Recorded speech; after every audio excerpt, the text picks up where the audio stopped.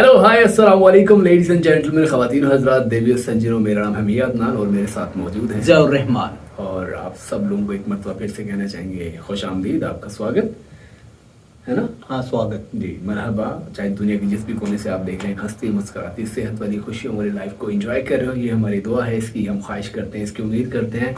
और as you people know please कि हम लोगों ने एक सीरीज शुरू की है, इन्फो एजुकेशनल सीरीज, जिसके अंदर हम काम कर रहे हैं ये कि हम कुछ इंडियन यूट्यूबर्स को देख रहे हैं और कुछ पाकिस्तानी यूट्यूबर्स को, ताकि दोनों तरफ का जो पर्सपेक्टिव है उसको समझा जा सके और दोनों के अंदर कॉमनैलिटीज को तलाश किया जाए, ताकि एक प्रॉपर तरीके से हम लोग किसी नतीजे पे पहुंच सकें जहां पे हम बात कर सकें पीस, प्रॉस्पेरिटी और आगे बढ़ने की। और उसी के लिहाज से आज हम लोग पहली वीडियो बनाने जा रहे हैं किसी पाकिस्तानी यूट्यूबर के कॉन्टेंट पे। एग्जैक्टली इनके यूट्यूब चैनल का नाम है बुक बडी और जो टाइटल है इस वीडियो का, हमारे एंड से हमें ग़ज़वा हिंद होगा। यस, और मतलब पाकिस्तान डोमिनेट करेगा एंड भारत के एंड से के अखंड भारत बनाएंगे। मतलब बचपन से तो बहुत सारी कहानियां सुनी गई हैं ग़ज़वा हिंद की। अखंड भारत का मुझे नहीं पता, ये तो ऑडियंस बताएगी अखंड भारत के बारे में उनको कौन कौन सी कहानियां कराएगी, लेकिन हमें तो ग़ज़वा हिंद के बारे में बहुत बहुत लोगों ने कहानियां कराई, जिनके अंदर एक नाम बहुत इंपॉर्टेंट था जिसको हर पाकिस्तानी ने सुना अपने अय्याम जाहिलियत के अंदर। उसका नाम है ज़ैद ज़मान हामिद।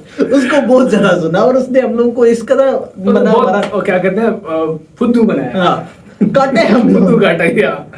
ये तो अभी आके उसकी असलियत आया हुई है कि यार उस बंदे ने हमारे साथ जैसे जैसे हम लोग बड़े होते गए उसकी समझ आती गई कि ये कौन सी कहानियां कराता गया। और उसके बाद मैंने खुद थोड़ा सा ना स्टडी करने की कोशिश की, अंडरस्टैंड करने की कोशिश की, क्योंकि वो बहुत सारी हदीसें कोट किया करता था। जैसा कि आपको पता है कि मेरा थोड़ा सा बन जाते, कुछ भी रिलीजन का टच आप दे दो तो वो अपनी क्रेडिबिलिटी में। और आप तो पता ही है कि मेरा रिलीजन के साथ कोई खास किस्म का मेरी, क्योंकि बैकग्राउंड जो है वो रिलीजियस किस्म का भी है, कि मैं उसको रिलीजन को मैंने काफी सारा पढ़ा, मैं उसके अंदर रहा हूँ। लॉजिकली भी चलते हो और उसको ऐसा नहीं है कि सिर्फ अंधाधुन जो जैसे मुल्लाइज्म है वो नहीं है, मुल्लाइयत नहीं है मेरे में। लेकिन मैंने उसको ना जब अपने ते स्टडी किया कि ये ज़ैद ज़मान हामिद साहब कौन सी हदीसें गिनवा रहे हैं, तो बहुत सारी हदीसें तो उसमें से कमजोर और ज़ईफ़, मतलब जिनके अंदर आपको ज्यादा सीरियस नहीं ली जा सकती और कोई उसको तवातुर नहीं मिलता हमें। तो लेडीज एंड जेंटलमैन, इस नौजवान ने ये वीडियो बनाई है, इसका ओरिजिनल लिंक डिस्क्रिप्शन में होगा। तो ये दोनों चीज़ों को कंपेयर करने जा रहा है, Akhand Bharat versus Ghazwa Hind. What is Akhand Bharat, इस वीडियो का टाइटल है। आए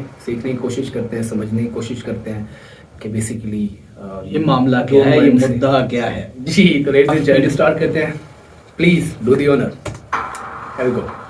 नाइस सिंबलिज्म वैसे जी, स्टार्ट में या पिक्टोरल रिप्रेजेंटेशन। अब मैं आपको एक और तस्वीर और रादर एक मैप दिखाना चाहूंगा जो तब प्रेजेंट हुआ जब इंडिया ने 28 मई 2023 को अपनी नई पार्लियामेंट बिल्डिंग का इफ्तिताह किया।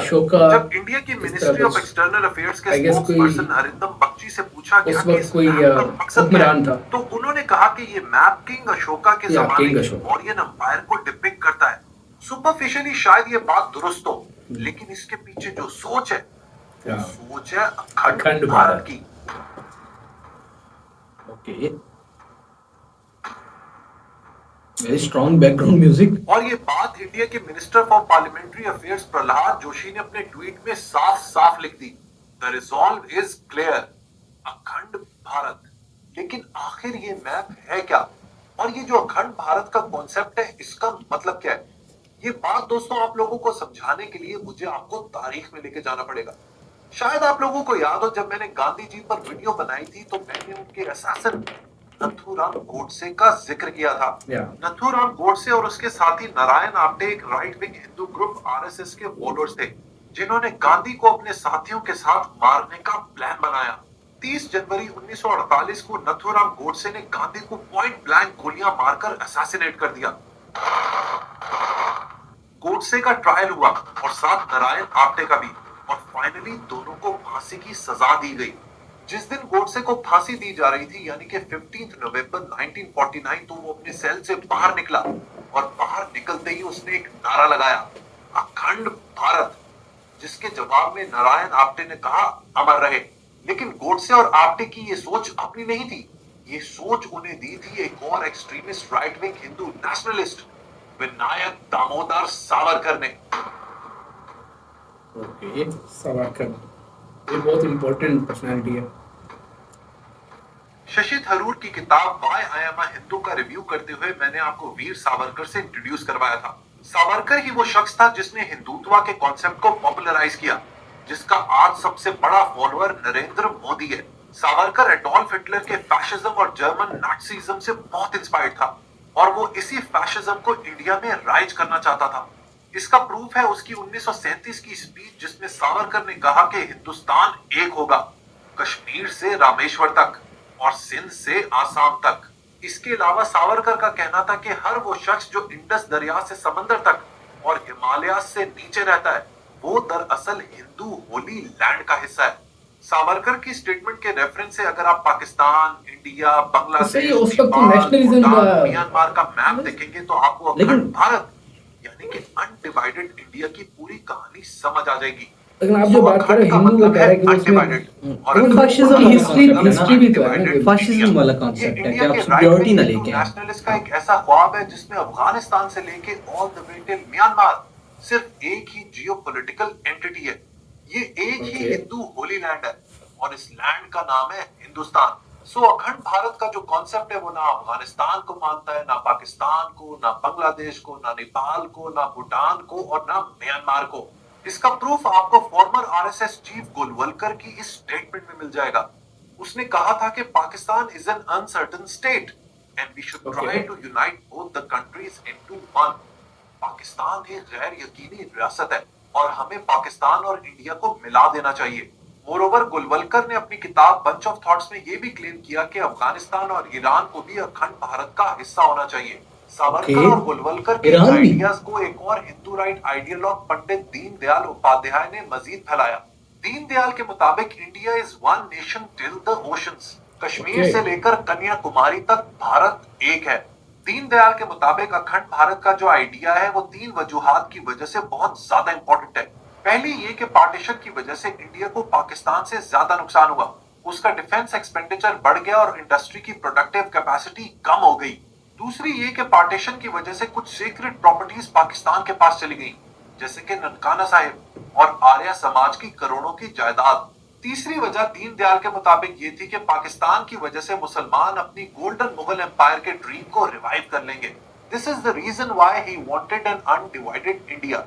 सो Akhand Bharat as a concept एक ऐसा मुल्क है जिसका एक उनके कंसर्न constitution बिल्कुल है, लॉजिकल है एक उस वक्त अगर पार्लियामेंट देखा है, जाए तो। एक जुडिशरी है, लेकिन ननकाना एक साहब तो military है, सिखों के लिए है और ना। एक नहीं, nation। overall idea By की the way, बात जब हो रही मोदी है। साहब नवाज शरीफ से मिलने एक सरप्राइज विजिट पर लाहौर पहुंचे तो Yes, I was RSS ने talking एक about बयान this जारी किया visit. कि हाँ, हमें in the आज previous भी visit. यकीन है कि पाकिस्तान और बांग्लादेश एक दिन इंडिया के साथ यूनाइट हो जाएंगे। इनफैक्ट 2012 में जब नरेंद्र मोदी गुजरात के सीएम थे तो उन्होंने भी अखंड भारत की बात की थी, Okay. जिसको उन्होंने नाम दिया था सांस्कृतिक भारत का, dream of a United India. यहाँ पर जबकि दो CM थे चीजें discuss 2012 में करना बहुत गुजरात ज्यादा के। इंपॉर्टेंट है। देखिए जो आरएसएस के ओरिजिनल थिंकर्स है ना, वो ये कंसिडर करते थे कि अखंड भारत एक जियोपॉलिटिकल एंटिटी होगी जिसकी बाउंड्रीज होंगी अफगानिस्तान से नेपाल म्यांमार तक, जबकि आज की आरएसएस इसे एक कल्चरल कॉन्सेप्ट की तरह आगे लेकर जाना चाहती है। But my apologies to RSS, I am sorry to rain on your parade, but the reality is कि अखंड भारत ना एक जियोपॉलिटिकल एंटिटी बन सकती है और ना ही एक cultural entity. But why do I say this? इसकी बहुत सॉलिड रीजंस है। Two nation theory. ओके। सबसे पहली और सबसे बड़ी रीजन यह है कि पाकिस्तान की क्रिएशन हुई है टू नेशन थ्योरी के ऊपर, जो ये कहती है कि हिंदू और मुसलमान दो अलग अलग कौमें हैं, लिहाजा they can never live together. ये टू नेशन थ्योरी इतनी तगड़ी थी, इसकी सोच अवाम में इतनी मकबूल थी कि अंग्रेजों की पावर होने के बावजूद पाकिस्तान को क्रिएट करना पड़ा। So this two nation theory will never allow Pakistan to merge with India. ये तो हो गई पहली रीजन। दूसरी रीजन है पाकिस्तान की स्ट्रॉन्ग मिलिट्री। पाकिस्तान की मिलिट्री वो इदारा है जो सबसे तगड़ा है और ऑर्गेनाइज्ड है, चाहे वो पॉलिटिकली हो या फिर मिलिटरीली। पाकिस्तान मिलिट्री के होते हुए इट्स नेवर खेल गया है। एवर पॉसिबल कि पाकिस्तान खेल गया है। इंडिया के साथ मर्ज हो This is also जाए criticism और अखंड in his भारत own का way. हिस्सा बन जाए। तीसरी बड़ी रीजन व्हाई दिस अखंड Bharat will never be a reality is कि पाकिस्तान में तकरीबन 23 करोड़ मुसलमान रहते हैं और ये मुसलमान कभी भी इंडिया में मूव नहीं करना चाहेंगे, और अगर ये मूव हो भी गए तो इंडिया के पॉपुलेशन डेमोग्राफिक्स तहस नहस हो जाएंगे। मुसलमानों की पॉपुलेशन वहां बहुत ज्यादा बढ़ जाएगी and India would never want that, क्योंकि मुसलमानों की आबादी में इजाफा आरएसएस की आइडियोलॉजी के खिलाफ है। It is against the Hindutva ideology. चौथी रीजन ये कि पाकिस्तान एक न्यूक्लियर पावर है और एक न्यूक्लियर पावर कभी भी अपना लैंड किसी और मुल्क को नहीं दे सकता। This is only possible if Pakistan loses the nuclear war. और अगर इस खित्ते में न्यूक्लियर वॉर हुई फिर तो ना कुछ भी नहीं पाकिस्तान बचना। बचेगा ना और इंडिया, ना वो इंडिया। तो कुछ भी नहीं है। एक और रीजन जिसकी वजह से अखंड भारत कभी भी रियलिटी नहीं बन सकता वो ये कि ये These are the reality checks. Foreign policy के खिलाफ है। इंडिया की फॉरेन पॉलिसी ये कहती है कि वो एक नॉन रिविजनिस्ट स्टेट है, यानी कि इंडिया एक ऐसा मुल्क है जो अपने बॉर्डर्स को नहीं बदलना चाहता, वो मजीद लैंड इन्वेड नहीं करना चाहता, लिहाजा Akhand Bharat becomes null and void. और आखिरी रीजन ये कि एक पाकिस्तानी के हालात जितने भी खराब हो, वो जितना ही गरीब हो, वो जितना ही महंगाई का मारा हुआ हो, वो कभी भी इंडिया के साथ मर्ज नहीं होना चाहेगा। अब सवाल ये है कि जब ये इतना इम्प्रैक्टिकल आइडिया है तो why do people in India keep on talking about it? वो इसलिए कि ये सिर्फ एक प्रोपेगेंडा है टू विन द इलेक्शंस। यहाँ पे मुझे हामिद मीर का एक शो याद आ रहा है जो आज से 10-15 साल पहले रिकॉर्ड हुआ था। ऐसे ही है उसमें ना, इंडिया असल के चीज former कमिंग ईयर में जनरल इलेक्शंस आ रहे हैं, होपफुली इन पाकिस्तान टू। जबरदस्त बात कही। Still uncertain. उसने कहा कि इंडियंस बहुत प्रूव कर रहे हैं, बहुत इंटेलिजेंट है, आईटी में इंडिया का बहुत बड़ा नाम है और दुनिया में हर जगह इंडियंस की वाह है। They are very very intelligent. Yes, they are. Except when it comes to Pakistan. Pakistan या का नाम कि- सुनते ही न जाने इंडियंस को क्या हो जाता है। They stop behaving wisely और इसी अनवाइज नेचर का नतीजा है ये अखंड भारत का concept. And same vice versa भी कह सकते हैं इसको पाकिस्तान वाले to some भारत extent. की बात करते Yes. हैं। इसी तरह पाकिस्तान में भी कुछ यूरोपियन माइंड्स हैं जो गज़वाए हिंद की बात करते हैं। Yes, of course. अब ये गज़वाए हिंद क्या है? ओके, इसको भी समझते हैं। बेसिकली ये नारा है कुछ violent transnational non state actors का जो रिलीजियस फैनेटिक्स हैं और चाकू छुरियों और डंडों के जरिए हिंदुस्तान को पता करना चाहते हैं। यहाँ पर मैं अपनी इंडियन यार, ये so good. ऑडियंस को प्रैक्टिकली बताना चाहता हूँ कि पाकिस्तान की स्टेट और स्पेशली पाकिस्तान की आर्मी का गज़वा हिंद के कॉन्सेप्ट से कोई ताल्लुक नहीं है। Yes. इसकी और पाकिस्तानी पब्लिक का भी बहुत हद तक, जिसका जिक्र मैं वीडियो के लास्ट में सिवाय करूंगा। चंद जाहिलों के। पहली बात ये कि और I will use a word जाहिल। ना तो कुरान मजीद में है और ना किसी No connection. Exactly. Religious fundamentalist और टेररिस्ट ने भरपूर कोशिश की है कि इस सो कॉल्ड अजीम लड़ाई को इस्लाम से जोड़ दिया जाए, but this is not true at all. इसमें कोई सच्चाई नहीं है।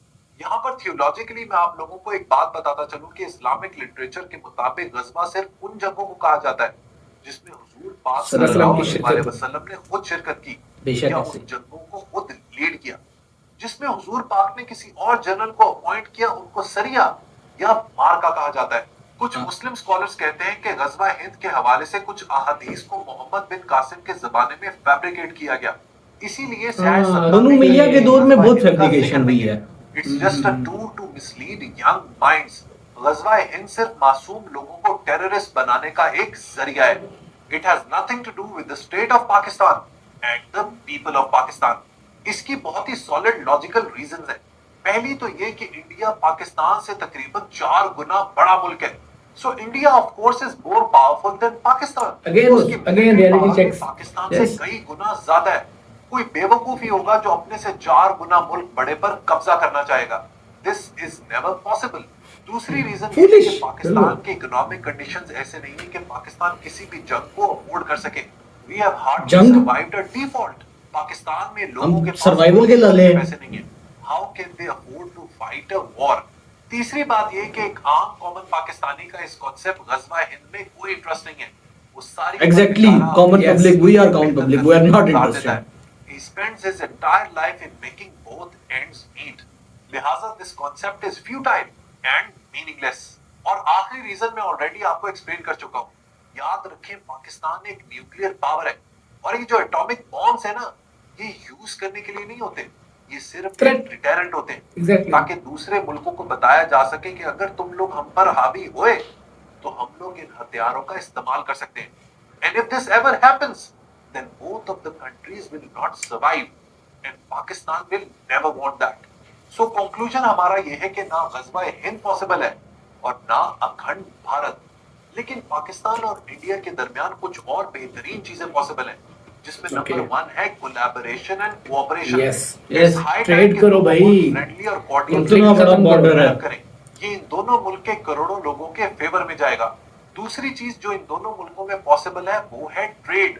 Yep. इट्स सो अनफॉर्चुनेट कि ये दोनों इतने बड़े मुल्क हैं लेकिन हार्डली इनके दरमियान ट्रेड होती है। अगर हम सिर्फ ट्रेड खोल देना इन दोनों मुल्कों में तो इन दोनों मुल्कों की जो गरीब अवाम है उनके हालात बहुत बेहतर हो सकते हैं। तीसरा ये कि we need to have cultural exchange between the two countries. आज दुनिया एक ग्लोबल विलेज है और कल्चरल एक्सचेंज इज इंडिस्पेंसिबल। एक और चीज जो दोनों मुल्कों में हो सकती है वो है sports diplomacy. Yes. Pakistanis and Indians love cricket. इस और क्रिकेट इन को सब promote चीजों किया का जाए गला घोंटा और इस गया। प्रमोशन के जरिए अफसोस के साथ। पाकिस्तान और इंडिया के डिप्लोमेटिक हालात को बेहतर किया जा सकता है।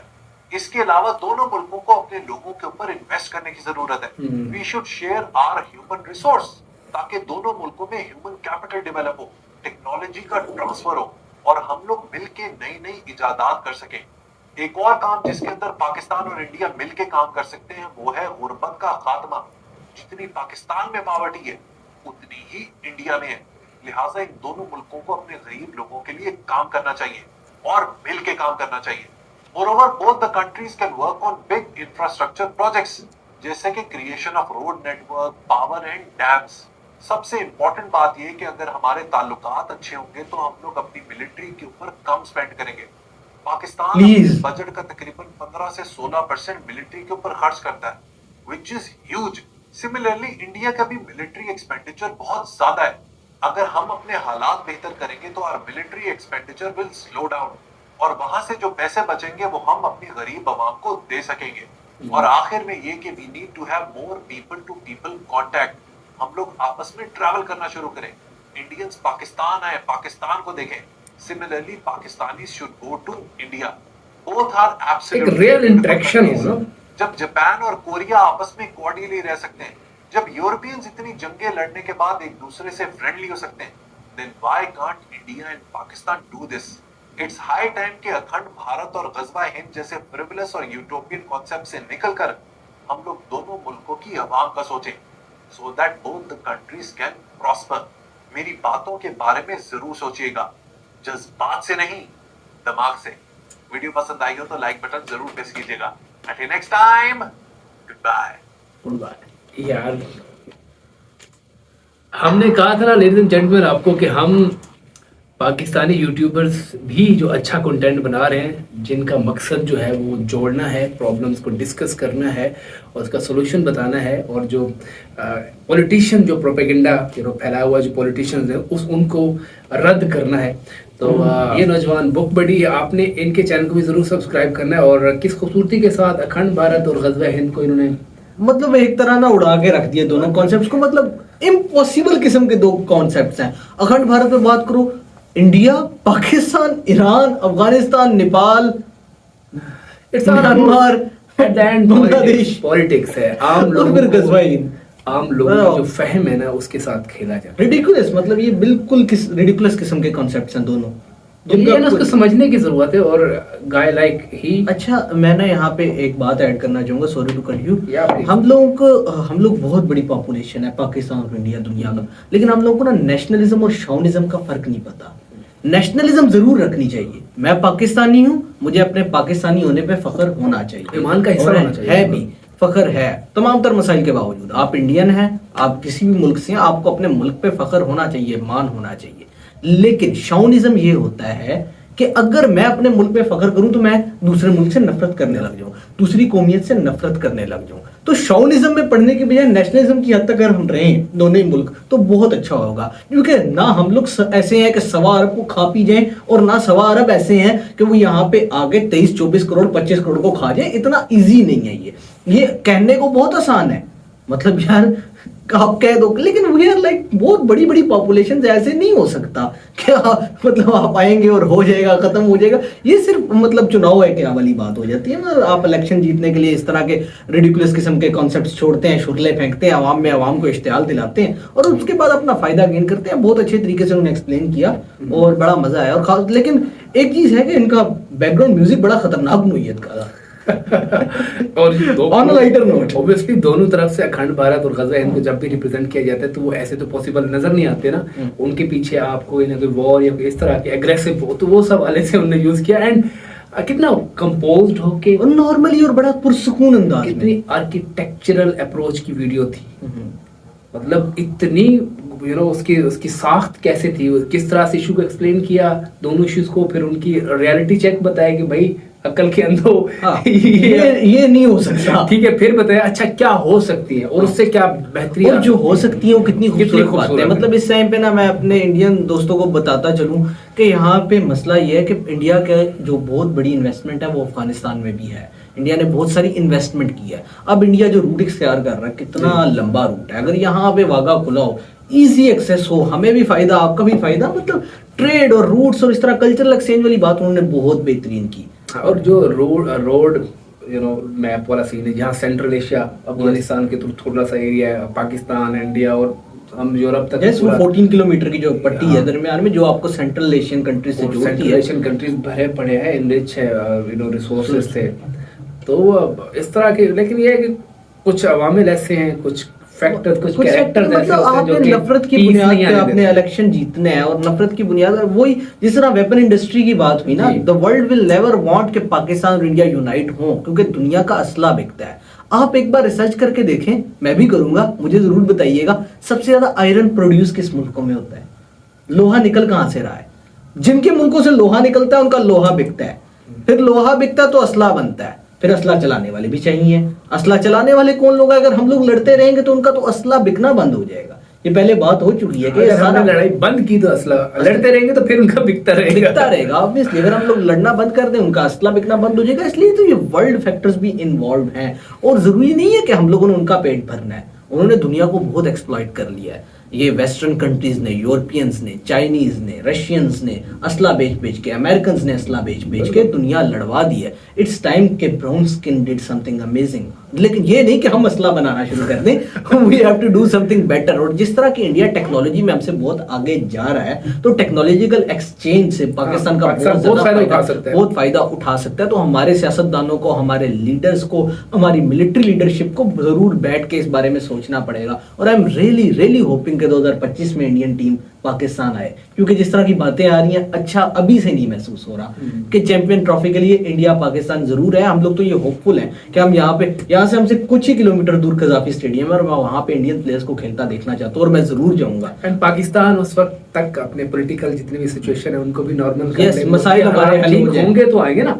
हमें भी अपनी सफ बंदी क्या सफ दुरुस्त करने की जरूरत है, अपने सफे दुरुस्त करने की बहुत शदीद जरूरत है। हमें भी हालात बेहतरी की तरफ लेके जाने की बहुत ज्यादा जरूरत है, और दुआ यही है कि हमारे मुल्क में फ्री एंड फेयर इलेक्शन जल्द से जल्द हो, और यहाँ पे प्रॉपर डेमोक्रेसी है, प्रॉपर डेमोक्रेटिक रवैया है, ताकि हम लोग ट्रेड की तरफ बात कर सकें। बिल्कुल, जब तक नॉन डेमोक्रेटिक एक्टर्स फैक्टर्स होते हैं ना, तो वो इसी तरह उलझा के रखते हैं। सैयद जैन जमान हामिद जैसे लोग, जिन्होंने यहाँ पे गजवा हिंद जैसे शुरले छोड़े हुए थे, ये किन की तरफ से प्लांटेड थे?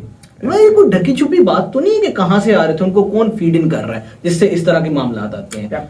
अब दूसरी बात ये कि यहाँ पे अगर आप एक्सट्रीमिज्म की बात कर रहे हैं, तो साथ हिंदुत्व का कॉन्सेप्ट जो है, हिंदुत्व आपको अपने मजहब पे, अपने मुल्क पे, मतलब आपको बहुत ज्यादा प्राउड होना चाहिए, और आपके लिए आपका नजरिया आपको मुबारक हो, आप बहुत अच्छी बात है। बट ऐसा नहीं होना चाहिए कि उसकी बुनियाद पे मैं मुसलमान हूं तो आप नफरत करें, या मैं मुसलमान हूं तो मैं इस बुनियाद पे नफरत करने बैठ जाऊं कि फलां हिंदू क्यों है। यार इंसान है ना, इंसानियत के नाते हम लोगों को एक जगह पे बैठ के एक तरह से सोचना पड़ेगा, और इट्स हाई टाइम कि इस टाइम पे ये कर लिया जाए। ऑब्वियसली जिया भाई, और काफी सारे हमारे जो सीधे साधे लोग हैं उस डगर पे चल पड़ते हैं, वो चीज़ों को उस तरह समझ नहीं पाते, जज्बात से खेला जाता है ना। इसी तरह से हम भी अपना एक रोल अदा करने की कोशिश कर रहे हैं, चाहे पाकिस्तान से देख रहे हैं, इंडिया से देख रहे हैं, जो आम लोग देख रहे हैं, हम भी आम लोग हैं, ताकि एक चेन बन सके। और जैसे कि वीडियो के दौरान भी कहा कि पब्लिक को गजवा इनसे कोई कंसर्न नहीं, और हम पब्लिक है, और मेरा नहीं ख्याल कि इंडियन पब्लिक को अखंड भारत से कोई कंसर्न है। वो लोग चाहते हैं कि उनके हालात बेहतर हो, हमें अपने हालात पे फोकस करने की जरूरत है, और ऐसे जो है ना वो स्टेप्स लेने की जरूरत है जिनसे हमारे कलेक्टिवली हालात बेहतर हो सके और हम बेहतरी की तरफ जाएं। क्योंकि अब वक्त आ गया, अब हम लोग क्लोजली 75 ईयर्स गुजार चुके हैं हम लोग, तो अब हम लोग ना नेशंस की वो जो बचपन की उम्र होती है ना, उससे बाहर आ गए हैं। अब हम लड़कपन की उम्र की तरफ जा रहे हैं, तो अब हम लोग को थोड़ा मैच्योर बिहेवियर करना चाहिए। ऐसा नहीं कि अब हम मट्टी खाते रहेंगे, क्योंकि ये मट्टी खाने वाले बच्चों वाली हरकत है। ये जिस तरह के मतलब अखंड भारत, गजवा हिंद, क्या कॉन्सेप्ट्स हैं ये और किस डगर पे चला रहे हैं पूरे पूरे नेशन और इतनी आवाम का बेवकूफ बनाया हुआ है आपने। And we need more content creators like this guy यार एंड होपफुली अभी क्योंकि हमने एक डिफरेंट कुछ फेजेस बनाए हुए हैं कि पहले हम चीज़ों का थोड़ा एक्सपोजर लेते हैं। अब हम खुद अकेले बैठ के भी ये चीज़ देख सकते हैं, हम अकेले में भी देख रहे हैं साथ साथ काफ़ी सारी चीज़ें और पढ़ भी रहे हैं, तो हम थोड़ा टाइम ले रहे हैं, हम चीज़ों को समझेंगे एंड फिर अपने एंड से हम नहीं चाहते कि हम किसी प्रोपेगेंडा की जद में आके, अब अगर ये वीडियो बना रहे हैं, ध्रुव बना रहा है या नीतीश बना रहे हैं, उनका नॉलेज काफी ज्यादा एक्सपेंडेड है, ठीक है, उन्हें चीजों को पढ़ा है, समझा है, फिर ठीक है, तो हम भी उस डगर पर चल रहे हैं। इंशाल्लाह हम भी जब चीजों को बेहतर अंदाज से हमें पता चलेगा अंदर अब कुछ है, फिर हम भी कोशिश करेंगे कि जितना हो सकता है, हमसे जितना हो सकता है हम अपने लोगों की एजुकेशन में, क्योंकि हम इस वक्त आपको जरा बताते चलें कि we are doing MPhil in journalism और आगे चल के कुछ सालों में हम ऑब्वियसली ओपिनियन मेकिंग जो रोल है मेरा तो जो ड्रीम है आगे वो एकेडेमिया की तरफ जाना है, तो मेरा तो यंगस्टर्स के साथ काफी ताल्लुक बनने वाला है, तो उसके लिए इस तरह का एक्सपोजर होना बहुत ज्यादा जरूरी है। या तो इंशाल्लाह हम भी सीखते रहेंगे और आप लोग भी इस हवाले से हमारी हेल्प करते रहें, डिफरेंट अच्छी वीडियो सजेस्ट करते रहें और अच्छे जितने भी कंटेंट क्रिएटर्स हैं उनसे सीखने का अमल जारी रहेगा। और अभी इस वक्त क्योंकि यूट्यूब हमारे सामने ओपन है तो we can see Dhruv Rathee की वीडियो है, is Akhand Bharat possible, Sardar Patel and Dhruv Rathee, तो हम इस पर भी जल्द रिएक्ट करेंगे जरूर। आई गेस इस पर मैंने पहले जो मैंने इस पर रिएक्ट किया था काफी पहले, तो इस पर भी रिएक्ट करना चाहिए। आपने नहीं किया हो तो मैं इंशाल्लाह आपको ज्वाइन करूंगा। और इसमें भी इन्होंने बहुत मजे की चीजें बताई कि अगर हम कोलेक्टिव एक वन कंट्री बन जाए तो क्या क्या चीजें मतलब पाकिस्तान और इंडिया पॉसिबल हो सकती है। स्टार्ट यहाँ से रहता है कि इमेजिन करो एक टीम है जिसमें बाबर एंड विराट खेल रहे हैं, क्या कहते हैं, Dhoni and I think I have seen that Imran Khan, we will react on this video. Yes, आपने कुछ देखे? मैंने कुछ इसकी क्लिप्स देखे हैं, तो वो उसमें बड़ा मजे का स्टार्ट लिया और बड़ा अच्छा लगता है कि यार वाओ, मतलब इधर से इमरान खान, वसीम अकरम एंड और Tendulkar is batting from our side, that would be funny. तो उस पर भी हम इंशाल्लाह रिएक्ट करेंगे, तो हम हार्मनी की तरफ जो चीजें हैं उनको मैक्सिमम कोशिश करेंगे, उनकी कंजम्पशन ज्यादा है। सो आपने कुछ कहना है तो कहें, अदरवाइज बस यही है कि आप अपने आपस की रंजिशों को भुला के अब आगे बढ़ने का टाइम है, और इसी होप के साथ कि हम लोग जल्द से जल्द इन तमाम तरफ बचगाना कॉन्सेप्ट से बाहर निकल के आगे की तरफ फोकस करेंगे और आगे बढ़ेंगे, ट्रेड रूट्स की बात करेंगे, वर्ल्ड में अपना कंट्रीब्यूशन ज्यादा बढ़ाने की बात करेंगे, ब्राउन स्किन को आगे ले जाने की बात करेंगे, और ये चीजें आगे जाएंगी और हम वर्ल्ड पीस की तरफ जाएंगे और दुनिया का असला बिकना कम होगा। इस दुआ के साथ कि ये तमाम बातें पॉसिबल हो और पाकिस्तान और इंडिया दोनों इसी डगर पे चलें कि दोनों के अवाम के लिए बेहतरी हो। हम दोनों को दें इजाजत। जी, ऐसे हंसते मुस्कुराते रहे, अपना और अपने चैनल का ख्याल रखें। Ladies and gentleman, sending you people a lot of love from Pakistan. Peace out for now.